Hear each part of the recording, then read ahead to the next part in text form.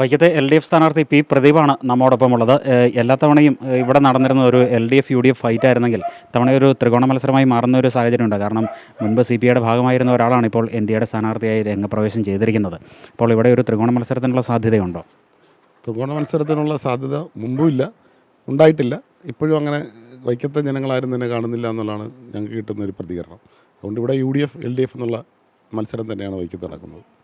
കുറച്ച് പ്രവർത്തകർ ഈ അടുത്ത കാലത്ത് ബി ജെ പിയിൽ അംഗത്വം എടുത്ത് പോകുന്ന ഒരു കാഴ്ച നമുക്ക് കാണാൻ കഴിഞ്ഞു. അവർ പല പല ആരോപണങ്ങളും പാർട്ടിക്കെതിരെ, സി പി ഐ എന്ന പാർട്ടിക്കെതിരെ തന്നെ ഉയർത്തുന്നുണ്ട്. ഇത്തരം ആരോപണങ്ങളൊക്കെ ഏതെങ്കിലും തരത്തിൽ സി പി ഐ എന്ന പാർട്ടിയെ, പ്രത്യേകിച്ച് ഇടതുമുന്നണിയെ ബാധിക്കാൻ ഒരു സാഹചര്യം അല്ലെങ്കിൽ സാധ്യതയുണ്ടോ? ഇല്ല, അങ്ങനെ ഒരു ആരോപണം ശരിയല്ല. ഒന്ന്, കേജുമായി ബന്ധപ്പെട്ട വിഷയം പറഞ്ഞില്ല. അതിൽ സംസ്ഥാന സെക്രട്ടറി ബിനോയ് വിശ്വം അടക്കമുള്ളവർ അദ്ദേഹത്തിൻ്റെ വീട്ടിൽ പോയിരുന്ന് സംസാരിച്ചാണ് വിഷയം പരിഹരിക്കാം എന്നുള്ള നിലയ്ക്ക് സംസാരിച്ചതാണ്. ആ പോയ കൂട്ടത്തിൽ ഞാനും ഉണ്ടായിരുന്നു. അപ്പോൾ അങ്ങനെ ഒരു സംസാരിച്ചില്ല എന്ന് പറയുന്നതിനകത്ത് അടിസ്ഥാനമില്ല. അടിസ്ഥാനരഹിതമായ ആരോപണങ്ങളാണ് ഈ പറഞ്ഞ തരത്തിൽ പാർട്ടിക്കെതിരായിട്ട് നടത്തിക്കൊണ്ടിരിക്കുന്നത്. വൈക്കത്ത് വികസനം ഉണ്ടായിട്ടില്ലെന്നാണ് 10 വർഷം ഇവിടെ എം എൽ എ ആയിരുന്ന കെ അജിത്ത് തന്നെ പറയുന്നത്. അദ്ദേഹത്തിൻ്റെ പിതാവും ഇവിടെ എം എൽ എ ആയിരുന്നു, ദീർഘകാലം എം എൽ എ ആയിരുന്നു. അദ്ദേഹം 10 വർഷം എം എൽ എ ആയിരുന്നു. പക്ഷേ അദ്ദേഹം തന്നെ പറയുന്നത് ഇപ്പം ഇടത് സർക്കാരിൻ്റെ കാലത്ത് പോലും സി പി ഐ വേണ്ടത്ര പരിഗണന, അല്ലെങ്കിൽ മുന്നണി വേണ്ടത്ര പരിഗണന സർക്കാർ ഈ മണ്ഡലത്തോട് കാട്ടിയിട്ടില്ലെന്നാണ്. അങ്ങനെ പറയുന്നതിലൊരു കാര്യമില്ല. കാരണം വൈക്കത്ത് കഴിഞ്ഞ 50 വർഷക്കാലത്തെ ചരിത്രം എടുത്ത് പരിശോധിച്ചാൽ വൈക്കം ഒരു പ്രത്യേക ഭൂപ്രദേശ നിരവധിയായിട്ടുള്ള, എനിക്ക് തോന്നുന്ന ഒരു 10-50 പുഴകൾ ക്രോസ് ചെയ്ത് വേണം നമുക്ക് വൈക്കത്തെ വിവിധ പഞ്ചായത്തുകളിലേക്ക് പോകാനായിട്ട്. അത് 50 വർഷം മുമ്പുള്ള ചരിത്രമാണ്. ഇപ്പോൾ വന്നു കഴിഞ്ഞാൽ നമുക്ക് അവിടെയെല്ലാം പാലത്തിലൂടെ, ഇപ്പോൾ നിങ്ങൾ വന്ന വഴിക്ക് പാലം പണി തുടങ്ങാൻ പോവുക. ഈ തെരഞ്ഞെടുപ്പ് കഴിഞ്ഞാൽ ഉടനെ തന്നെ അതിൻ്റെ പ്രവർത്തനങ്ങൾ ആരംഭിക്കും. അവിടെയെല്ലാം വാഹനം ഓടിച്ച് ചെല്ലാൻ പറ്റുന്ന വിധത്തിലുള്ള വികസനം ഈ വൈക്കത്ത് വന്നിട്ടുണ്ട്. അതുപോലെ തന്നെ BMBC നിലവാരത്തിലുള്ള റോഡിൻ്റെ സഞ്ചാരമാർഗമുള്ള റോഡുള്ള ഏറ്റവും കൂടുതലുള്ള മണ്ഡലങ്ങളിൽ ഒന്ന് വൈക്കമാണ്. പിന്നെ വൈക്കത്തെ ആശുപത്രിയുടെ പ്രവർത്തനം, ആ കാര്യങ്ങളിലെല്ലാം വളരെ മാറ്റം വന്നിട്ടുണ്ട്. കോട്ടയം ജില്ലയിലെ ഏതൊരു മണ്ഡലം എടുത്ത് പരിശോധിച്ചാലും അത്തരത്തിലുള്ള സാഹചര്യങ്ങൾ, ഭൗതിക സാഹചര്യങ്ങൾ ഏറ്റവും കൂടുതലുള്ള ഒരു മണ്ഡലം വൈക്കം തന്നെ. ഇപ്പം 2ാം ടൈമിൽ സി കെ ആശ ഒഴിവാക്കപ്പെടുന്നു, 2 ടൈം പൂർത്തിയായപ്പോൾ ഒഴിവാക്കപ്പെടുന്നു. അതേസമയം കെ രാജനെ പോലുള്ള ഇവർക്ക് വീണ്ടും വീണ്ടും അവസരങ്ങൾ ലഭിക്കുന്നു. അപ്പോൾ ഈ ടൈം വ്യവസ്ഥ ചിലർക്ക് മാത്രമാണ് ബാധകമെന്നുള്ള ഒരു ആരോപണം. അതിൻ്റെ മറുപടി നിങ്ങൾ തന്നെ ആദ്യം പറഞ്ഞായിരുന്നു. ഇത് വൈക്കം ഒരു ഇടത് കോട്ട എന്നുള്ളതിലേക്ക് പറഞ്ഞു. അപ്പോൾ അതുകൊണ്ട് തന്നെ ഇവിടെ ആര് മത്സരിച്ചാലും ജയിക്കുന്നൊരു സാഹചര്യമുണ്ട്. ഇപ്പോൾ 2 ടൈം വ്യവസ്ഥ എന്ന് പറഞ്ഞത് വെച്ചത് പുതിയ ആൾക്കാർക്ക് അവസരം കൊടുക്കുക, അതിന് പാർട്ടിയിലേക്ക് പുതിയ ആൾക്കാർ ഇത്തരം മേഖലകളിലേക്ക് ഈ പറഞ്ഞ ജനപ്രതിനിധികളായി വരണം. അതുപോലെ തന്നെ ഈ പാർട്ടി പ്രവർത്തനങ്ങളിലേക്ക് പുതിയ ആൾക്കാർ വരണം. ആ ഒരു കാഴ്ചപ്പാടിൻ്റെ അടിസ്ഥാനത്തിലാണ് 2 ടൈം വ്യവസ്ഥ പാർട്ടി തന്നെ മുന്നോട്ട് വെച്ചിട്ടുള്ളത്. അത് വർഷങ്ങളായി നടപ്പിലാക്കി പോറ്റുന്നത്. ഏകദേശം 1-2 കൊല്ലം. ഇപ്പോൾ കഴിഞ്ഞ ടൈമിൽ ഇപ്പോൾ നിങ്ങൾ പറഞ്ഞ പോലെ അജിത്തിനെ മാറ്റുന്ന സമയത്താണ് അതിനകത്ത് കുറച്ച് മാറ്റം വന്ന് 2 പേർക്ക് വേറെ അവസരം കൊടുത്തപ്പോഴും അജിത്തിനെ മാറ്റി നിർത്തി. ഇത്തവണ അങ്ങനെ ഉണ്ടായിട്ടുണ്ട്. പക്ഷേ ആ മണ്ഡലങ്ങളെല്ലാം പരിശോധിച്ച് നോക്കുമ്പോൾ അവിടെയൊക്കെ അവർ മത്സരിച്ചാലേ ജയിക്കുകയുള്ളൂ എന്നുള്ള ഒരു സാഹചര്യമുണ്ട്.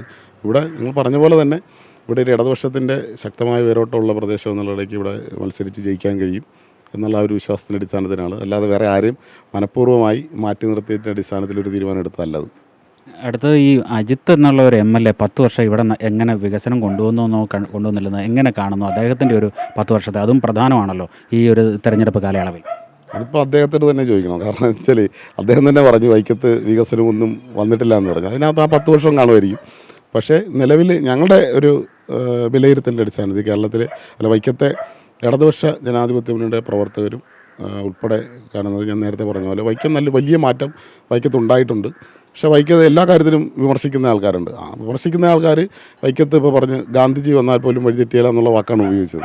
അദ്ദേഹം അത് അന്ന് തന്നെ ആലോചിക്കേണ്ട കാര്യമായിരുന്നു. ഇപ്പോഴും നല്ല തോതിൽ വികസന പ്രവർത്തനങ്ങൾ നടക്കുന്നുണ്ട്.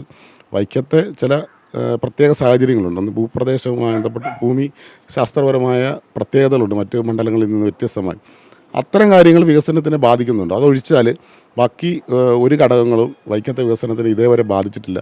നല്ല തോതിൽ വികസനം നടക്കുന്ന ഒരു പ്രദേശമാണ് വൈക്കം. അത് നാളെ ഉണ്ടാവും. കേജിത്ത് അപ്പുറത്ത് പോയ ഒരു സാഹചര്യത്തിൽ കുറച്ച് വോട്ടുകൾ അങ്ങോട്ട് പോകുമെന്നൊക്കെ ഉള്ള ഒരു കണക്കുകൂട്ടലിലാണ് UDF-ൻ്റെ ഒരു ക്യാമ്പ്. അപ്പോൾ എങ്ങനെ കാണുന്നു ഇത്തവണ അത് ഈ ഒരു ഫൈറ്റ്? ഞാൻ മുമ്പേ ചോദിച്ചതാണ്, ഇത്തവണത്തെ ഈ വൈക്കത്തെ ഒരു ഫൈറ്റ് എങ്ങനെയായിരിക്കും? അത് 2016 NDAക്ക് ഏറ്റവും കൂടുതൽ വോട്ട് കിട്ടിയൊരു സാഹചര്യമാണ്. 30,000-നടുത്ത് വോട്ട്, അത്രയും തോന്നുന്നു അല്ലേ, 30,000-നടുത്ത് വോട്ട് NDAക്ക് കിട്ടിയതാണ്. അന്നാണ് ഏറ്റവും കൂടുതൽ വോട്ട് NDAക്ക് കാലാകാലങ്ങളിലുള്ള തിരഞ്ഞെടുപ്പ് പരിശോധിച്ചാൽ ഏറ്റവും കൂടുതൽ കിട്ടിയത്. ഈ തിരഞ്ഞെടുപ്പിൽ അത്ര വോട്ട് കിട്ടാനുള്ള ഒരു സാഹചര്യവും ഇല്ല. കേരളത്തിൽ പൊതുവെ പരിശോധിക്കുമ്പോൾ ഇല്ല. കേരളത്തിൽ തന്നെ പറയുന്ന 2-3 മണ്ഡലങ്ങളിലാണ് സാധ്യത പറയുന്നത്. ആ സാധ്യത പറയുന്ന ഒരു മണ്ഡലത്തിൽ മണ്ഡലങ്ങളുടെ എണ്ണത്തിൽ വൈക്കമില്ല. അല്ല, ഈ വൈക്കത്തെ സംബന്ധിച്ച് പരിശോധിച്ചാൽ, തെരഞ്ഞെടുപ്പുകൾ ഓരോന്ന് പരിശോധിച്ചാലും ഇടതുപക്ഷത്തിൻ്റെ വോട്ട് ഒരിക്കലും ചോർന്നിട്ടില്ല. ഇത്തവണ വളരെ ശക്തമാണ്. തെരഞ്ഞെടുപ്പിൽ ഇടതുപക്ഷ ജനാധിപത്യ മുന്നണി 3ാം ഘട്ടം അധികാരത്തിൽ വരണം. അത് ഞങ്ങളുടെ എല്ലാവരുടെയും ഒരു വികാരമാണ്. അതിനു വേണ്ടിയിട്ടുള്ള പ്രവർത്തനങ്ങളാണ് വൈക്കത്ത് നടക്കുന്നത്. അതുകൊണ്ട് ഒരു കാരണവശാലും വോട്ട് ചോർച്ച എന്ന് പറയുന്ന ഇടതുപക്ഷത്തിൻ്റെ അകത്തുനിന്ന് ഉണ്ടാകാൻ സാധ്യതയില്ല, ഉണ്ടാകില്ല. ഭൂരിപക്ഷം ഇത്തവണ ഉയരുമോ? ഉയരും. ഭൂരിപക്ഷം നന്നായി വരും. കഴിഞ്ഞ തവണത്തേക്കാൾ ഉപരിയായ ഭൂരിപക്ഷത്തിലേക്ക് ജയിക്കുമെന്ന് തന്നെയാണ് പ്രതീക്ഷ. തീർച്ചയായും വൈക്കത്തെ ഇടത് സ്ഥാനാർത്ഥി പി പ്രദീപിന് പറയാനുള്ളത് ഇത്തവണ ഭൂരിപക്ഷം ഉയരുകയാണ്. അതിപ്പോൾ ആരൊക്കെ പാർട്ടിയിൽ നിന്ന് കുറച്ച് പേര് പോയിട്ടുണ്ട് എന്ന് പറഞ്ഞാൽ പോലും ഇനി അങ്ങോട്ട് ഒരു വോട്ട് ചോർച്ചയും ഉണ്ടാവില്ല.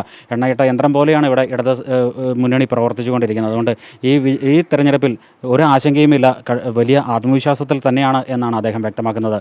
വൈക്കത്തു നിന്നും ക്യാമറമാൻ ജിത്തു കൃഷ്ണനൊപ്പം പ്രശാന്ത് ജോസഫ്, അമൃത ന്യൂസ്.